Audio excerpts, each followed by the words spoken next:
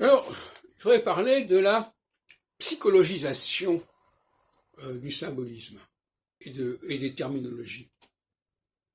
Par exemple, lorsque les philosophes allemands parlent de représentation, comme Schopenhauer, parlent d'existence et de transcendance, comme Husserl, est-ce qu'ils se situent sur le plan psychologique? Il se trouve que les astrologues, notamment les astrologues de l'école conditionnaliste, ont décidé de conférer à cette terminologie philosophique une portée psychologique, à tel point que c'est de cette façon-là qu'ils vont définir les caractères des gens, les comportements des gens, dans leur rapport aux notions de représentation, d'existence, transcendance, etc.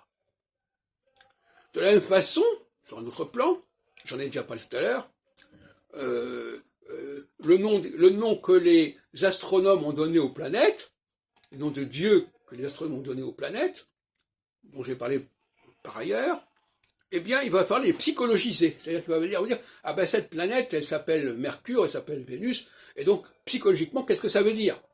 De la même façon que les noms des signes, les symboles zodiacaux qui ont été donnés aux constellations, et dont j'ai parlé tout à l'heure en disant que c'était pas vraiment le but de l'astrologie de s'intéresser à cette symbolique, du moins pas jusqu'au 19e, 20e siècle, eh bien, ces noms vont faire l'objet de psychologisation.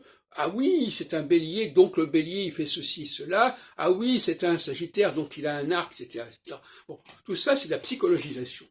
Donc l'astrologie a psychologisé le symbolisme, a psychologisé les concepts philosophiques, au service notamment du thème natal,